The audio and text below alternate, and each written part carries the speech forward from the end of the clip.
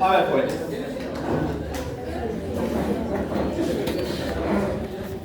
Excelencia, perseverancia y servicio. Bueno, hay varios perseverantes, ¿no?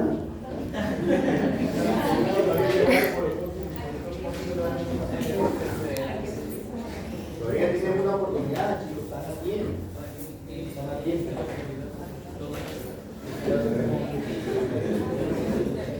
Bueno, hablaremos ese grupo de microbianos que venía mucho para luego ya pasamos al tuberculoso, todo lo de los seminarios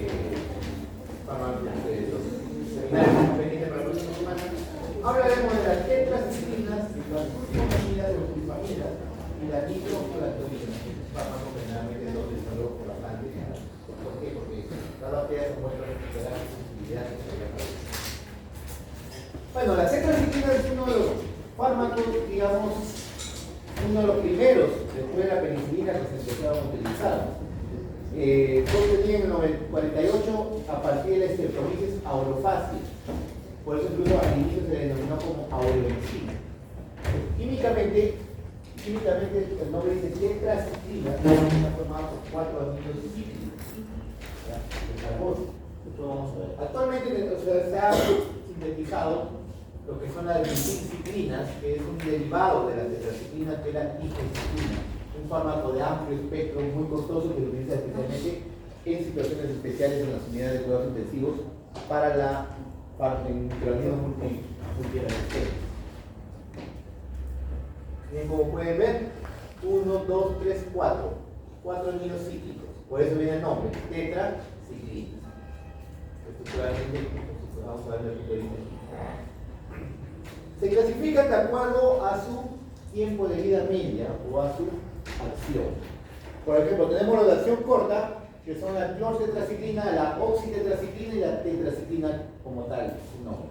La oxitetraciclina, cuyo nombre comercial muy utilizado antiguamente es la tetraciclina, que incluso venía en cremas para el aire, también venía en ungüentos oftálmicos como terramicina. La verdad no sé si todavía habrá, no he visto yo de todo ese tipo que soy médico, no he visto, pero de pequeño sí he visto yo cuando mi abuelita me dio este para las heridas. Estaba el ancho de la bicicleta y ponía terramicina, como si fuera lo último. Acción intermedia tiene un tiempo de vida media aproximadamente de 12 a 16 horas. Tenemos la demetrociclina y la metaciclina. Y las más usadas son las de acción de vida larga, o de tiempo de vida media larga, mayor de 16 horas. Tenemos la doxiciclina, minociclina y dimeciclina. De estas tres, la más utilizada es la doxiciclina. Incluso, como les mencioné hace un momento, hasta para uso veterinario de la doxiciclina para los cuadros infectados por el líquido, que es una bacteria, una riqueza transmitida por garrapatas. La doxiciclina se utiliza bastante para ese tipo de infecciones. ¿Por qué? Porque tiene gran actividad intracelular. Y este tipo de bacterias o de microorganismos tienen la tendencia de meterse en los macrófagos. Por ejemplo, la clamidia es una de ellas. Las enfermedades como la brucela, la brucelosis o fiebre de Malta, que también es producida por también tienen esa tendencia a meterse y tienen bastante sensibilidad a la doxiciclina. Y por último, las glicilciclinas, como les dije, que es un derivado de las tetraciclinas, que tenemos las tigeciclinas, que se utilizan mayormente en las unidades de cuidados intensivos. Mecanismo de acción. Mecanismo de acción es inhibe la síntesis proteica unida en la subunidad 30S. Como mnemotecnia, todo menos tetra, 30. Tetra, lo ve como 30 ciclina, tetraciclina. La subunidad 30 es. Por ejemplo, los macrólidos, ¿cómo podemos utilizar una mnemotecnia? El más grande, pues macro significa grande, la 50S es el más grande. Y junto a los macrólidos, júntenlo con las nicosamidas y júntenlos a la cloranfenicol, 50S. Y las tetraciclinas, 30S, al igual que el cual, ¿qué otro le dije 30S? Aminoglucósidos. Entonces aquí se une la subunidad 30S, aquí está la tetraciclina. Penetra por difusión pasiva en bacterias gram-negativas a través de una especie de porinas que tienen la membrana, ¿no? Que se puede ser uno de los fármacos, digamos, mecanismo de defensa cuando las bacterias, cuando cambian las estructuras, igualito que las penicilinas, ¿se acuerdan que hablamos? Gran actividad en lo que les dije hace un momento, microorganismos intracelulares, los que se meten a la célula, porque esa es una forma de defenderse de las bacterias, defenderse dentro de las células, pero algunos fármacos sí pueden ingresar. La resistencia bacteriana está mediada por plásmido en la mayoría de las bacterias gram positivas y gram negativas. Formación de bombas de flujo, que es la más importante de las tetraciclinas, por si acaso. Si le pregunto cuál es el mecanismo de resistencia más importante de las tetraciclinas, es la formación de bombas de flujo. ¿Y de las penicilinas cuál era la más importante?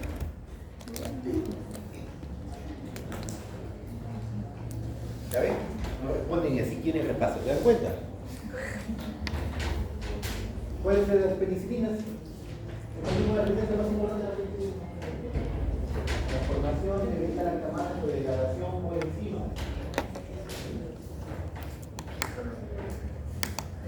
Entonces, ¿qué es lo que hace esta bomba de flujo? Disminuye la circulación, o sea, las expulsa una vez ingresa. Producción de una proteína de protección ribosómica. Esto quiere decir cambio estructural en el ribosoma, donde la tetraciclina no hace efecto. Pero eso era en las tetraciclinas más antiguas. En las doxiciclinas no sucede ese problema. Y síntesis de enzimas inactivadoras, enzimas que van a degradar o destruir las tetraciclinas. Espectro antibacteriano. Ojo, estos son bacteriostáticos. Otra forma de mnemotecnia también. De los fármacos que inhiben la síntesis proteica, el único que son bactericidas son los... De verdad que se hace acordar cuando yo veía buscando Nemo. Son los aminoglucósidos, los únicos bactericidas. Todos los demás que inhiben síntesis proteica son bacteriostáticos. Tenemos los macrólidos, los fenicol, los glicosamidas y las tetraciclinas. Esas 30S, pero bacteriostáticos. Vuelvo a repetir, los únicos bactericidas son los aminoglucósidos. La próxima vamos a poner ahí una repetida y a Dori, lo voy a poner. Hoy me quejan, te van a decir que les he dicho Dori.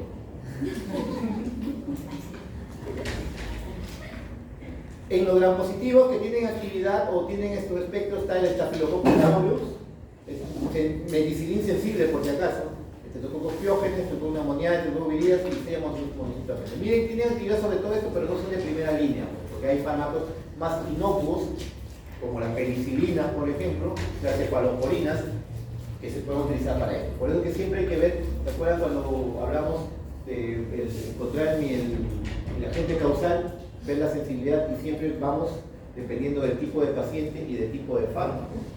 No podemos ir de frente, no, que es esta, vamos a ver cuál le hace bien, no, hay que siempre ir por causa. Todos estos de aquí son sensibles a la penicilina, entonces ¿para qué le vas a dar tetraciclina? Y es alérgico a la penicilina, de los macrólidos, ¿para qué le voy a dar tetraciclina? Porque la tetraciclina son un fármaco que tiene un poco más de toxicidad que los macrólidos, por si acaso. En bacterias gram negativas, sensibilidad hasta la Klebsiella, la Neisseria, Shigella, Legionella, Campylobacter jejuni. Estos de aquí también son sensibles, por ejemplo, a la cefalosporina de segunda generación, la Legionella a los macrólidos, la Neisseria también a los macrólidos y a la cefalosporina de tercera. Entonces, ¿para qué te vas a ir con esto? A menos que, digamos, sea la clamidia. La clamidia, perdón, la Neisseria gonorrea, paciente con monococo que es alérgico a las penicilinas. Ya, muy bien. ¿Cuál es su fármaco alternativo? Los macrólidos, la citromicina. No, pero también hace reacción ahí puede venir con la citromicina. No ir de frente, siempre escalonadamente. Ahí están micoplasmas y clamidias. Ojo, los micoplasmas jamás van a ser sensibles a la penicilina. ¿Por qué? Porque no tienen pared celular. ¿De acuerdo? Y las clamidias, tampoco la penicilina, porque estas de acá se meten dentro de las células. Entonces, si son parásitos o bacterias que se meten dentro de las células, tenemos opciones de los macrólidos opciones de las tetraciclinas y las fluoroquinolonas de tercera generación. Esas tienen la capacidad de meterse dentro de la célula. Entonces las clamidias y micoplasmas de primera línea, el micoplasma de primera línea va a ser por macrólidos. ¿Ya? Los micoplasmas, su fármaco de elección son los macrólidos. Las clamidias, fármaco de elección son las tetraciclinas, las doxiciclinas. Tenemos la clamidia trachomatis, la clamidia neumófila y el ureaplasma urealítico.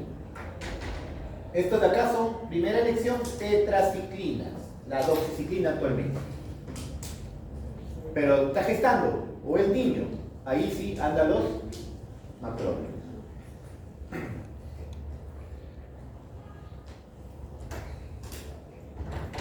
También, como les dije hace un momento, enfermedades causadas por riquecias. Por ejemplo, el tifus exantemático o exantémico, que es producido o transmitido por el piojo. ¿Ya? La riquecia Kawasaki. Tenemos la riquecia riquesis, que produce lo que es la fiebre de la montaña de Torcosa, o fiebre manchada de la montaña de Torcosa. Este de acá no es de nuestra localidad, este es de América del Norte. Pero este de acá sí es de Perú.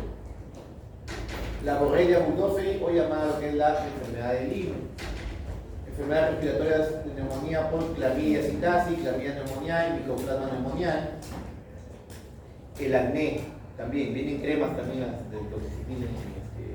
Antiguamente, como dije, la terramicina, actualmente viene como doxiciclina, porque casi no se utiliza la oxitocina. Infecciones de transmisión sexual, como ya le dije, sífilis en alérgicos a la penicilina, pero de segunda elección, por si acaso. ¿Cuál fue de primera elección? Después de la penicilina, macrólidos. Si el paciente es alérgico a la penicilina, lo que le sigue son los macrólidos. Y si no, le sigue tetraciclina. Esa es el escalón. Infecciones por clamidias, granuloma inguinal por el Calimatorbacterium granulomatis, el chancroide como la Haemophilus ducrei. Ojo que también la Haemophilus ducrei, su primera línea es los macrólidos. Neisseria gonorrea, el Helicobacter pylori, segundo esquema, Vibrio cólera, Yersinia. Aquí tenemos también unas diversas infecciones, ¿no? Por ejemplo, también las enfermedades por ¿no está acá? Brucelosis, ¿no? La fiebre de Malta. Alternativa, miren, aquí está como primera elección, ¿ah? Como alternativa, por ejemplo, Campylobacter, tularemia, que es la Francisella tularensis, la leptospirosis, tenemos la nocardia, ureaplasma, treponema pálido, etc. Aquí como alternativa, y aquí como, digamos, elección. Tienes por clamidias siempre, no se olviden, de elección las clamidias van a ser por tetraciclina. Pero como les dije, está contraindicado en el embarazo, les ponen una pregunta. Bueno, una pregunta, y a su consultorio le llega una gestante, como vieron en el examen práctico, beta-HCG positivo, que me sorprende que no sepan qué significa beta-HCG, que es la reina coriónica humana. Sale positivo, el que está gestando no le vas a dar tetraciclina. Está contraindicado. Se absorbe el 30-70% en las primeras porciones del intestino, que es el duodeno, y parte proximal del yeyur. ¿Ya? Hay que evitar, cuando se toma tetraciclina, se debe evitar utilizar con productos lácteos. ¿Por qué? Porque no se va a absorber. Banquelan la tetraciclina y no se absorbe.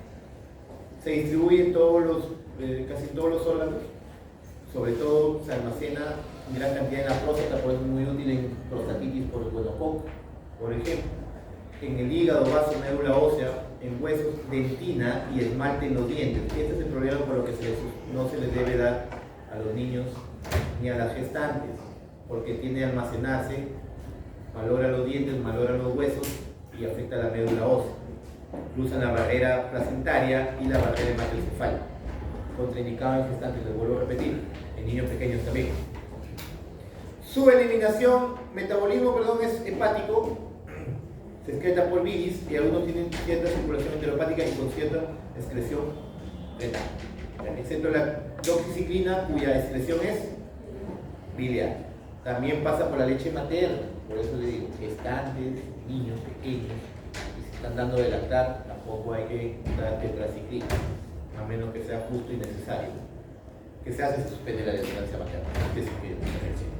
Efectos adversos pueden provocar molestias gástricas, dispepsia, sensación de llenura precoz, sensación de náuseas, ¿ya? Y pueden producir diarreas por alteración de la flora intestinal, que es muy común en los antibióticos. ¿Qué tipo de reacción son las diarreas producidas por antibióticos? Tipo A. ¿Cuál de las dos? ¿Colateral o secundaria?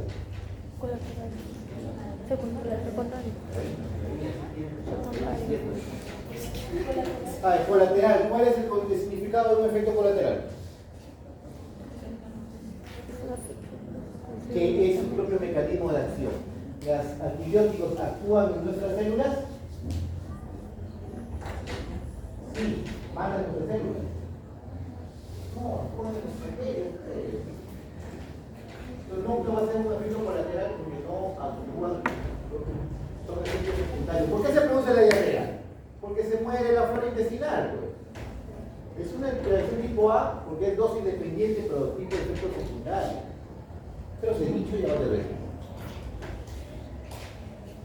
Puede producir fotosensibilidad, o sea, el contacto con el sol, cierta toxicidad hepática, renal, son muy leves, pero pueden producir. Aquí sí es importante el síndrome de Fanconi, que es cuando empiezan a tomar tetraciclinas que ya han pasado la fecha de vencimiento. Manchas pardas permanentes, sobre todo en los niños, en lo que es por la tetraciclina. Y la alteración en el crecimiento también. Pueden deprimir el crecimiento. Por eso es que está contraindicado. La tigenciclina, como les dije, es un antibiótico para que tengan un conocimiento más general. Es una tetraciclina de larga duración y de muy amplio espectro, utilizado principalmente para manejo por vía intravenosa. 60% eliminada por heces, por excreción biliar y un 30% a través de la orina. Tiempo de vida media, como ven, aproximadamente 40 horas. Un tiempo de vida media bastante corto. Pero como les dije, su uso principalmente por tipos de afecciones por gram positivos, gram negativos en pacientes hospitalizados. ¿Ya? En pacientes hospitalizados de situaciones, digamos, graves, en situaciones de microorganismos multiresistentes, ¿no? Tracto respiratorio, piel, tejidos blandos, intraabdominales, tiene un amplio espectro. Bueno, incluso tiene cierta actividad también sobre estafilococos coagulasa negativo, que son resistentes a la penicilina. Y situaciones de enterococos fecales y faeces, donde prácticamente estos de acá son resistentes a todos los fármacos.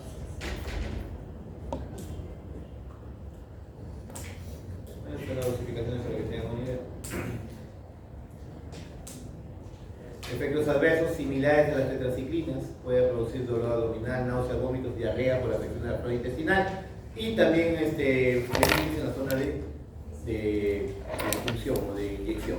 Aumento de amilasas, las amilasas ya puede producir hepatitis, ya, aumento de las secreciones y producir menos efectos secundarios renales o adversos que las otras tetraciclinas. Puede haber, digamos, una prolongación del tiempo de tromboplastina parcial activada, o sea, hay que tener precaución con el uso de algunos acitogramas. ¿Preguntas hasta ahí? Bueno, hablaremos de la sulfa, o llamada sulfonamida. Las sulfonamidas son fármacos quimioterápicos, ¿por qué? Porque no son producidos por ningún microorganismo, ningún hongo, ninguna bacteria. Han sido creadas totalmente por el laboratorio. Su mecanismo de acción es inhibir la síntesis de ácido fólico. Ojo, que nosotros, los seres humanos, los mamíferos, necesitamos el ácido fólico en la dieta. Nosotros no producimos ácido.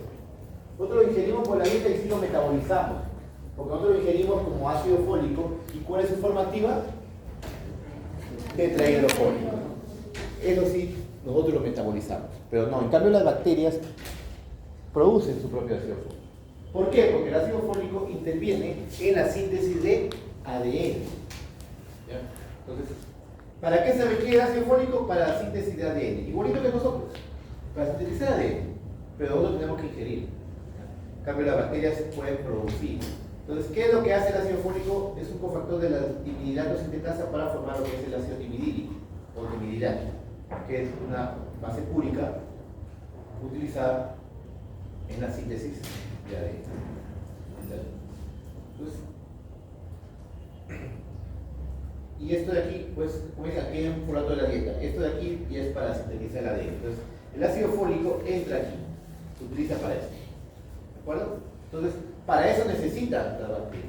Necesitamos nosotros también, pero nosotros lo ingerimos. Las bacterias sintetizan. Entonces, aquí, donde van todas las sulfamidas, inhibiendo esta síntesis de ácido.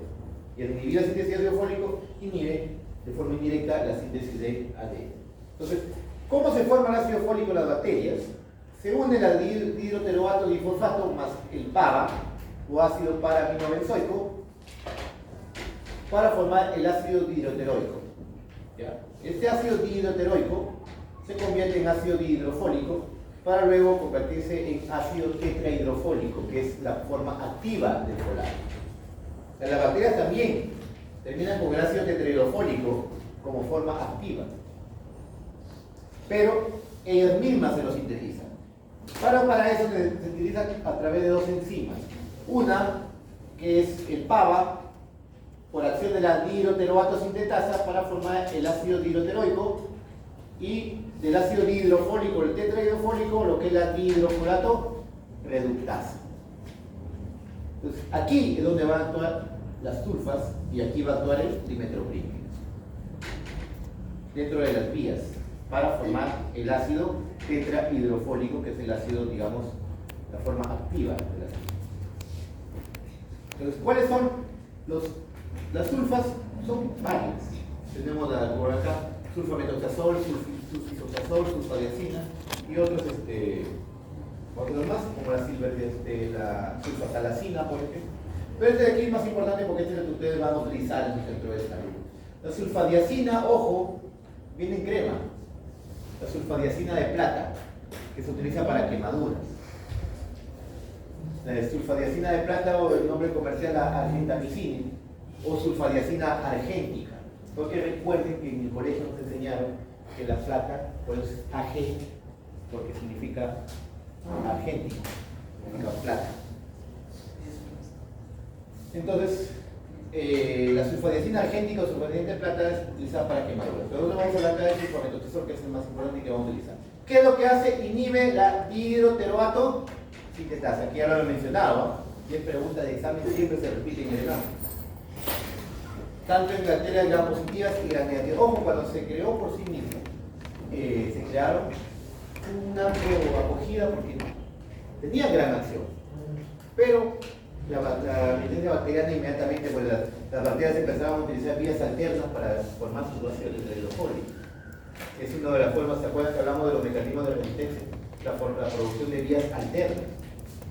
Entonces, teníamos, mira, aquí el PABA, y esto de aquí se convierte por la dihidroteroato sintetasa, la sulfamethoxazol, que es el que va a inhibir esas dihidroteroato sintetasa para inhibir la primera parte de la formación del ácido fólico.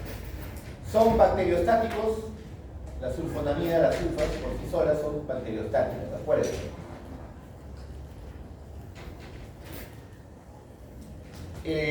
Actúan sobre todo en bacterias que están en crecimiento. Bueno, inhiben la síntesis de ácido fólico, evitando que sigan reproduciendo. Entonces, ¿qué enzima? Acuérdense, dihidroteroato sintetasa. Se olviden, ¿no? Se olviden que es la penicilina. Interrumpen la síntesis de ácido fólico. ¿Ya? Interrumpen la síntesis de ácido fólico. Ahí está lo que les he mencionado, ¿no? Lo que hemos hablado hace un momento. Entonces, ahí están las dos enzimas principales, ahí es donde actúa la sulfonamida. Por lo tanto, deja de producir, deja de continuar. Pero apareció resistencia rápidamente. Por eso es que vino y produjeron después el trimetoprim, que actúa para complementar lo que es la actividad. O sea, hacer un tipo de sinergia. Aquí está. Tenemos lo de eliminación rápida, media y de, digamos, eliminación prolongada o de vida media prolongada. ¿Cuál es la que nosotros más vamos a utilizar? Es el sulfamethoxazol que está acá. Y una semivida entre 11 a 24 horas. Tenemos la sulfasalacina, que es una que se utiliza para la enfermedad de Crohn o la colitis ulcerativa. Y de uso tópico, como vino acá, sulfadiazina argénica, ¿ya? O el mafénido, que también son sulfadiazinas o sulfonamida para quemaduras, muy utilizadas. Como ven acá, son activas, son de amplio espectro, pero demasiada resistencia hay actual. Clamidia, estreptococcus biógenes, tenemos influencia local, que son los más sensibles. La resistencia bacteriana se produce con facilidad en los estafilococos, enterobacterias, Neisseria meningitidis. Incluso antes venía, ese es el como venía el bactrim balsámico, por ejemplo, que venía con guaifenicina para expectorar. Ahora ya no sé nada, la verdad. Antes venía así. ¿Cuáles son los principales mecanismos de acción? Mutaciones cromosómicas espontáneas que originan un aumento del PABA. Si hay una gran cantidad de PABA, entonces ya la dosis que le colocan no le va a hacer nada porque va a seguir produciendo. Y lo otro que es alteración de la dihidrosintetasa con cambios en vías alternas.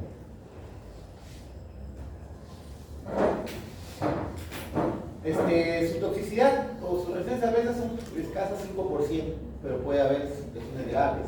Una es la hipersensibilidad u otra es la aparición del síndrome de Stevens-Johnson, que es más común en las sulfas que en otros fármacos.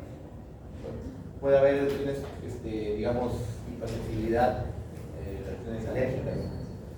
La necrólisis tóxica epidémica y el síndrome de Stevens-Johnson son los más peligrosos. Y en este tipo de fármacos es más común que en otros, por eso hay que tener precaución. Sobre todo en pacientes que están infectados por virus como el VIH. Ahí la incidencia aumenta de la aparición del síndrome de Stevens-Johnson.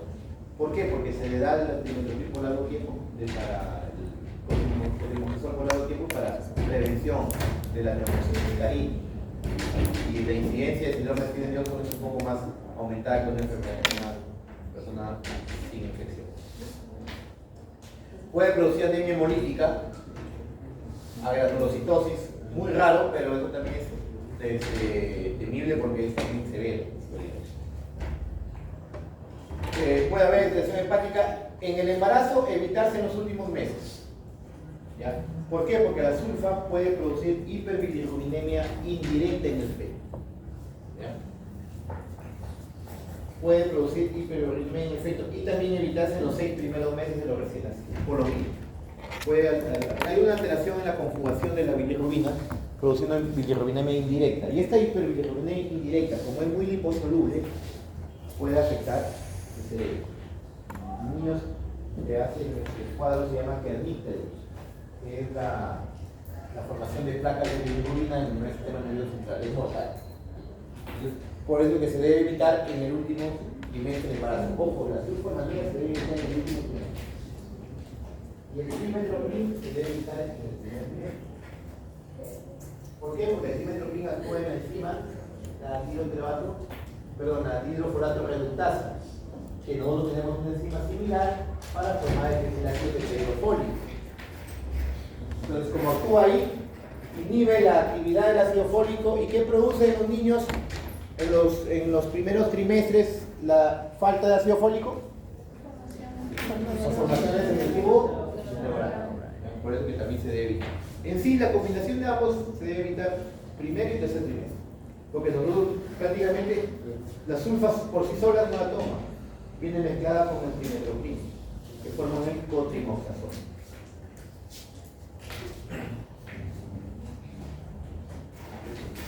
Hay que desplaza la warfarina de su unión a proteína plasmática. Eso quiere decir, ¿qué pasa si la sulfa desplaza la warfarina? ¿Qué pasa con la warfarina? Aumenta su efecto y puede producir hemorragia. Potencian a los tiacídicos. Un ejemplo de un tiacídico, ¿no le actúa? ¿Por qué eso no responde en inglés? Desplazan la indometacina, también los filatos, disminuir con la procaína, que es un anestésico local. Con la penicilina no hay problema. Y se sinergia con la polimicina agrícola y metropima, que es lo que vamos a hablar de. Se absorbe bien por el vía oral, tanto gastrointestinal un 70-90%, distribuyéndose en todos los tejidos, especialmente donde hay cuadros inflamatorios. Se atraviesan placentas, se detectan bilis, próstata, saliva, sudorario, prácticamente todos los fluidos corporales. Tiempo de vida media corto, en el líquido se lo requiere, pero se almacena o se acumula en el hígado. Su unión a proteínas plasmáticas es variable, dependiendo del tipo. Miren, por ejemplo, el sulfatiazol, 22%, y la sulfadoxina, 98%. Va variando eso. Su metabolismo se da por conjugación, fase 2, en acetilación, glucuronidación e hidroxilación. Y su eliminación es vía renal por filtrado glomerular y por secreción tubular. Miren aquí las principales características farmacocinéticas de las sulfas. El que nos interesa más es de acá el sulfamethoxazol. Se absorbe un 90%, una proteína plasmática 68%, un tiempo de vida media aproximadamente de 10 a 12 horas.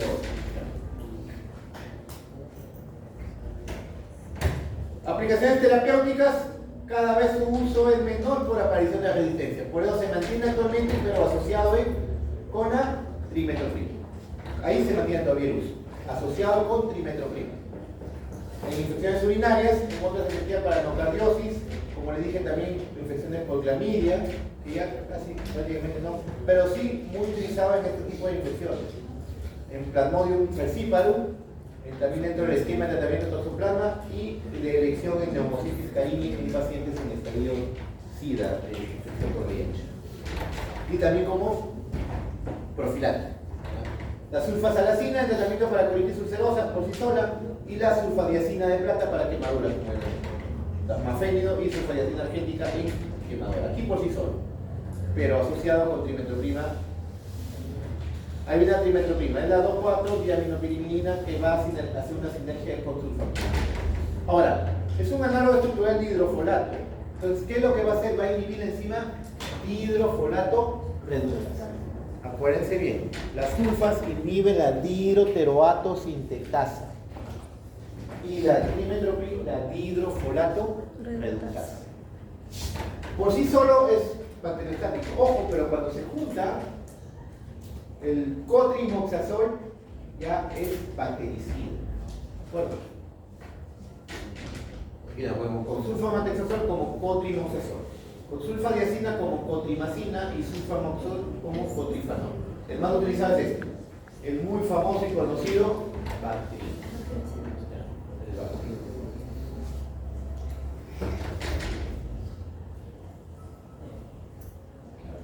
Ya saben dónde actúa sulfonamidas y actúa ahí. Entonces ahí se va a potenciar. Si acá la sulfonamida, la bacteria es resistente a la sulfonamida, sí viene acá la trimetroprima y bloqueada. Entonces vamos a producir. Acá sí se va a ver un sinergismo ¿de qué sería ese sinergismo? Potenciación. De potenciación. Aquí no es sumación, no, porque están todos en lugares distintos. ¿Cuál es el efecto? Inhibir la síntesis de ácido fólico. Y actúan en distintos sitios. Uno inhibe la dihidroteroato sintetasa y el otro inhibe la dihidrofolato reductasa. Por lo tanto, si actúan en diferentes sitios, se llama sinergismo de potenciación. ¿Ya? Lo mismo que estamos mencionando. Este efecto asociado lo es superior al producido individualmente. Eso quiere decir de potenciación. Se debe a su acción en dos fases de la vía enzimática. ¿Cuál es el efecto antibacteriano? Entonces, en combinación son bactericidas, como ya lo mencioné. Miren lo que dice acá, el 95% de gérmenes susceptibles a ambos componentes, el 60% de los resistentes a sulfa y 45% de los resistentes a eso. Pero cuando se juntan, te da un mayor porcentaje de susceptibilidad. Entonces, su espectro abarca muchas de las posibilidades, pero como les vuelvo a decir, actualmente, o sea, su uso restringido a ciertas ciudadanas, se ha utilizado demasiado. Y se ha mal utilizado porque se ha metido ese estigma de que tienes una diarrea, te vas a la farmacia a tomar tu Bactrim. Toman una Bactrim al día y al día siguiente están como nuevos, me hizo bien. La mayoría de diarreas son intoxicaciones alimentarias. ¿Y qué es una intoxicación alimentaria? La intoxicación alimentaria no es una infección, por si acaso. Es el consumo de toxinas preformadas. Por ejemplo, te dan tu comida, te sirven tu plato de comida, llega a su casa, Va a comer, pero el enamorado la dejado y se mete a llorar a su cuarto. Y deja la comida. Entonces en la noche cuando se recupera viene a comer la comida ahí que estaba almacenado. En el aire abundan los estafilococos aureus y el bacilo cereus. Ellos producen toxinas. Entonces esa comida guardada, ahí no me lo comen como que al día siguiente están con diarrea o solamente con diarrea. Con toxinas. Esa diarrea solamente, ¿cómo se trata? Con bastante líquido y nada más, porque no vas a matar ninguna bacteria. Pero ¿qué es lo que hacen? Se van a la farmacia a tomar su bacteria. Y como la diarrea cede, bien. Otro también, algunas bacterias también de la nariz, no, que algunas también producen cuadros de toxinas preformadas. ¿Ya? Entonces producen cuadros diarreicos autolimitados, un día máximo. Un día, a veces con cólicos, pero se van a tomar su Bactrim. Y contento porque el Bactrim se hizo bien. Ah, no, yo confío en mi Bactrim. La señora de la farmacia es muy buena. Por eso la alta resistencia que hay al cotrimoxazol. Alta resistencia que hay. ¿Por qué eso no lo utilizado? Porque al inicio lo utilizaban bastante para el tipo de diarreas disentéricas, que sí son infecciosas. ¿Cuáles son las diarreas disentéricas? Las más comunes, las producidas por Shigella y producidas por Campylobacter. Campylobacter en niños pequeños, y Shigella ya en niños mayores y adultos. Y eran muy sensibles a Shigella. Ahora no, ahora se utilizan cefalopurina de segundo, se utilizan fluoquinolonas. Y a la bacteria no les hacen ni cosquillas, pero siguen tomando su bacteria. No hay actividad frente a Pseudomonas ni a Bacteroides. Y el peor, está con diarrea y cólico, lo compran con un Pridan y el Pridan les calma el dolor y el bacterio les hizo bien. Tiene cierta actividad contra algunos hongos y parásitos, por ejemplo el toxoplasma, que es un parásito. Infecciones de vías urinarias y vía digestiva, actualmente, como le digo, ya muy poco se utiliza porque ya no hace nada. Acá sigue siendo de elección para neumonía por neumociticarina y pacientes inmunocomprometidos. Son enfermedades oportunistas. Su administración viene intravenosa u oral, también si viene con inmunosupresión intravenosa, como pueden ver acá, es la unión de ambos, lo que es el cotrimoxazol. Reacciones adversas, gastrointestinales, especificidad que en pacientes con VIH puede producir, como ven, erupción cutánea, acidopenia, fiebre y puede llevar al síndrome de Stevens-Jones. El tratamiento con diurético diacídico puede haber trombocitopenia, hay que tener precaución si el paciente está tomando la hidroclorotiazida y se le va a realizar Bactrim o el cotrimoxazol. Miren, trimetoprim contraindicado, primer trimestre del embarazo, lo que les dije, ¿no? Y sulfamethoxazol contraindicado en el tercer trimestre. O sea que es seguro, el cotrimoxazol solamente seguro en el segundo trimestre del embarazo. Ojo, esto es importante y esto tienen que saber. Miren, para que el cotrimoxazol haga efecto, tiene que estar en el plasma en una proporción de 20 a 1. O sea, 20 veces la sulfa y 1 el trimetoprim. Pero para que llegue a esta concentración, farmacocinéticamente hablando, la presentación, o sea, el jarabe, la ampolla, la pastilla, tiene que estar en una proporción de 5 a 1. ¿Qué quiere decir? 5 de sulfamethoxazol, 1 de trimetoprim. Y así viene la presentación. 200 de sulfa, 40 miligramos de trimetoprim. 400 miligramos de sulfa, 80 miligramos de trimetoprim. 800 miligramos de sulfamethoxazol, 160 miligramos de trimetoprim. Si ustedes dividen, ¿cuánto sale? 5. ¿Ya? Eso tienen que saber. Así viene. Así viene la presentación de los. Bueno, ¿hay preguntas? ¿Ya para terminar? Entonces hablaremos de la nitrofurantoína, que es un antibiótico formado de pertenece a los grupos de los nitrofuranos, junto con la furazolidona, que hablaremos después dentro de los multiparasitarios. Útil exclusivamente para tratamiento de infecciones del tracto urinario. ¿Por qué? Porque ahí se va a almacenar en la clorina. No tiene acción sistémica como alguna otra infección, es para infecciones del tracto urinario, sobre todo infecciones del tracto urinario bajo. Cuando hablamos de infecciones del tracto urinario bajo, vejiga, uretra, o sea, cistitis, uretritis. Viene presentada de forma macro-microcristalina, la más usada, la macrocristalina, porque tiene un mejor perfil farmacocinético y activa frente a Escherichia coli y enterococos. Más utilizada frente a Escherichia coli. Algunas especies de pseudomonas o enterobacterios, algunas son sensibles, la mayoría son, digamos, resistentes. Entonces, antiguamente se utilizó al inicio mucho, hubo un tiempo que hubo bastante resistencia bacteriana y actualmente nuevamente los cultivos están saliendo sensibles al nitrofurantoína. Entonces está dando exclusivamente cuando hay cultivos positivos. Cuando hay cultivos se les da el nitrofurantoína y varía porque es un fármaco como digo que no va a cualquier situación sistémica, sino actúa a nivel local, a nivel del tracto urinario. Mecanismo de acción, inhibe la acetilcoenzima A. Eso es un mecanismo. Se pregunta, ¿el mecanismo de acción de la nitrofurantoína? Inhibir la síntesis de acetilcoenzima A de la bacteria. Entonces, si inhibe la acetilcoenzima A, pues va a inhibir lo que es o interferir con el metabolismo de los carbohidratos. Y eso va a llevar a complicaciones impidiendo la formación de pared celular. La actividad antibacteriana depende de la acidez de la orina. O sea, mientras la orina está más ácida, más actividad antibacteriana tiene. ¿Y en qué momento está más ácida? Cuando hay una infección. Por eso es que tiene gran actividad a nivel del tracto urinario directamente. Es bacteriostática por si acaso, pero a altas dosis puede llegar a ser bactericida. Pero mayormente se toma como si fuera bacteriostática. ¿Cuáles son sensibles a la nitrofurantoína? Escherichia coli, Staphylococcus, Enterococcus, Citrobacter, Salmonella, Shigella, Neisseria, Staphylococcus epidemic. Pero este es de acá el que más utilizado, que es la Escherichia coli, que es la mayor, digamos, principal causa de infección del tracto urinario, sobre todo en mujeres. Se absorbe bien. La forma microcristalina se absorbe más lento. O sea, ¿cuál es la más utilizada? Como le dije, la forma macrocristalina. ¿Cuál es el nombre comercial de la nitrofurantoína? Se llama macrodantina, que es la primera utilizada. Viene de forma macrocristalina. Su biodisponibilidad aumenta cuando hay comida. ¿Ya? Aumenta su biodisponibilidad porque retrasa un poco el vaciamiento gástrico y va absorbiéndose lentamente. La concentración máxima se a los 30 minutos, según lo que dice. Miren, las concentraciones de nitrofurantoína en el plasma son demasiado escasas. Por eso es que no actúan a nivel plasmático ni a nivel sistémico. Se absorbe inmediatamente en el plasma y va hacia el tracto urinario, o sea, a la orina.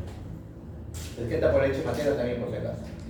En los pacientes con función renal normal, la semivida plasmática es de unos 20 minutos, pero se almacena, como les dije, en el tracto urinario. Eso es lo que cambia lo que es semivida plasmática por semivida biológica. O sea, el tiempo de acción es mucho mayor, a pesar que en el plasma de 20 minutos ya no hay, ya está en la orina. Se metaboliza en el hígado y se va casi todo en la orina, casi 50% sin alterar. Y ahí es donde